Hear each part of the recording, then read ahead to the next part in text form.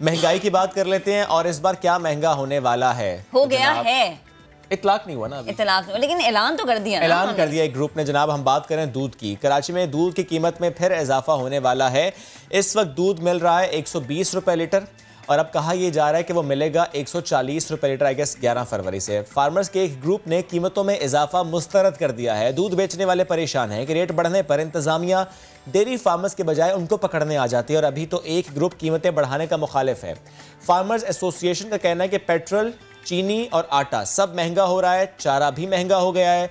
दूसरी जानिब dairy farmers association Karachi के सदर अख्तर गुजर कहते हैं और शाकिर गुजर साहब को जानते नहीं है, हुकूमत को चाहिए कि दूध की कीमतों पर रेट कायम करे। अब सवाल यह है कि दूध का सरकारी रेट 94 रुपये है लेकिन पूरे शहर में 120 रुपये लीटर ऑलरेडी मिल रहा है, यानी उस पर इम्प्लीमेंटेशन है नहीं।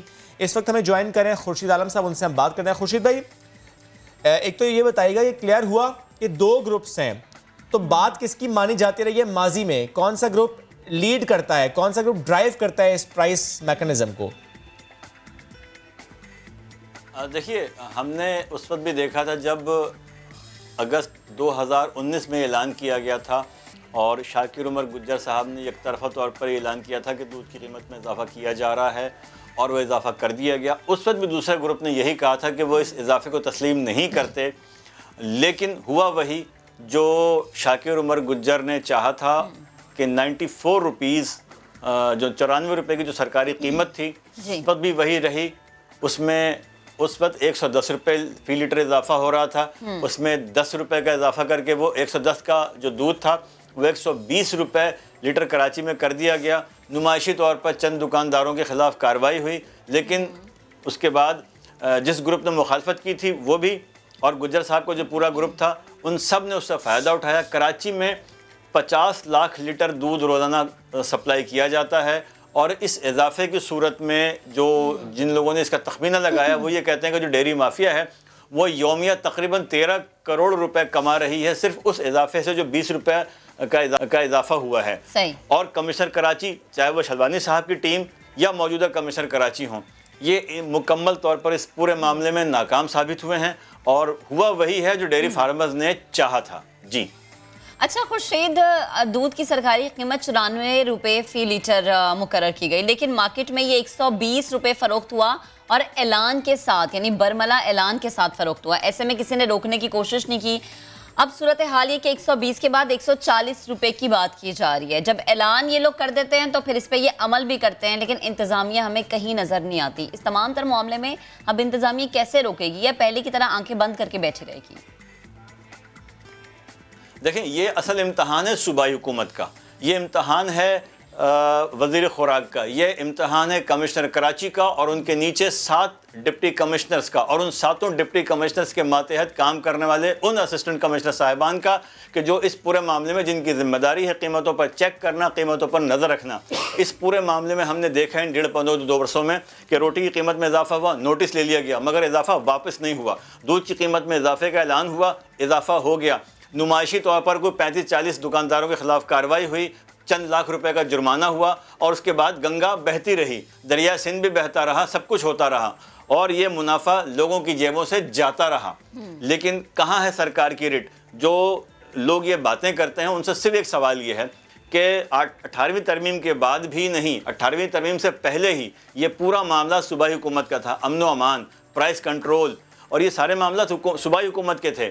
सूबाई हुकूमत का मुकम्मल इसमें फेलियर नज़र आता है, उनकी इंतजामी मशीनरी का फेलियर नज़र आता है। इजाफा हो गया, उसको आप नहीं रोक सके, अब फिर इजाफा करने का ऐलान कर दिया गया है। अब एक नोटिस लेने से क्या होगा? लेकिन हकीकत यह है कि अंदेशा मुझे यह है कि 11 फरवरी से जिस इजाफे का ऐलान किया गया है, अगर उस पर अमल दरामद होगा तो कराची के सार्फिन के लिए एक बहुत बड़ा इम्तहान और उनके बजट पर एक बड़ा बोझ होगा। अच्छा खुर्शीद भाई, एक बात और बता दें, तलब और पैदावार, क्या इसका फ़र्क है जिसकी वजह से प्राइस बढ़ रही है? देखिए, मौसम सरमा में दूध की बहुत सारी तलब कम हो जाती है, लस्सी नहीं बनती, शरबत नहीं बनते और जो कमर्शियल बहुत सारे इस्तेमालात हैं हमने देखा कि उनका इस्तेमाल भी कम हुआ है। दूध की तलब में कमी है, रसद मौजूद है, इसके बावजूद इजाफा करने का मतलब ये है कि मुनाफा खोर माफिया जो जहाँ जहाँ मौजूद है वो पूरी तरह सरगर्म है और उनको मुकम्मल तौर पर इस बात का यकीन है कि जिस इजाफे का उन्होंने ऐलान किया है वो उसमें कामयाब होंगे। तो दूध की तलब कहीं पर भी ऐसी नहीं है कि हम कहें कि तलब ज़्यादा है और उसकी रसद कम हो गई है। दूध की तलब मौजूद है, लेकिन दूध की ऐसी तलब नहीं है कि जिसको जवाज़ बनाकर इजाफा किया जाए। और यकीनन इस पूरे मामले में मैं ये समझता हूँ, ज़ाती तौर पर जो मेरा मुशाहिदा है और जिस तरह हम लोगों के दरमियान जाते आते हैं, अगर हमारे कमिश्नर साहिबान, हमारे डिप्टी कमिश्नर साहिबान अपने आरामदेह कमरों से बाहर निकल कर जाएँ और ये कार्रवाई करें तो यकीनन 4-6 दिन के बाद ये लोगों को रिलीफ मिल सकता है। लेकिन बुनियादी मसला ही यही हमारा कि हमारे डिप्टी कमिश्नर साहिबान हों या एसी साहिबान हों और ख़ुद कमिश्नर हों या उनके नीचे जो एडीसीज बैठे हैं, additional commissioner Karachi 1, additional commissioner Karachi 2, इनमें से बहुत से लोगों को कराची के बारे में, रास्तों के बारे में, यहाँ की डायनेमिक्स के बारे में पता ही नहीं है। लेकिन अगर चाहें तो सब कुछ हो सकता है। लेकिन ज़ाहिर है कि एक मुकम्मल तौर पर खामोशी हमें नज़र आती है इस पूरे मामले में। और इसमें सार्फिन के लिए जो अंजुमनें काम कर रही हैं उनका भी काम है कि अदालतों में जाएं, कुछ ना कुछ करें ज़रूर, क्योंकि देखें ये मामला यहाँ तक नहीं रुकेगा। हम जहाँ तक मुझे याद है कि दूध फरोशों ने ये तक कह दिया था कि दूध की कीमतें कराची में 200 रुपये फ़ी लीटर होने चाहिए। अब आप खुद फैसला कर लें कि कराची के लोगों का क्या होगा। ठीक है खुर्शीद भाई, बेहद शुक्रिया, आपने इस बारे में डिटेल से हमें अपडेट किया। और जाहिर है जब बात हो कमिश्नर्स की तो हम ज़रूर ये सवाल उठाते हैं कि फिर क्यों टेशन नहीं हो रहा उस कीमत का जिसका तयन किया जाता है।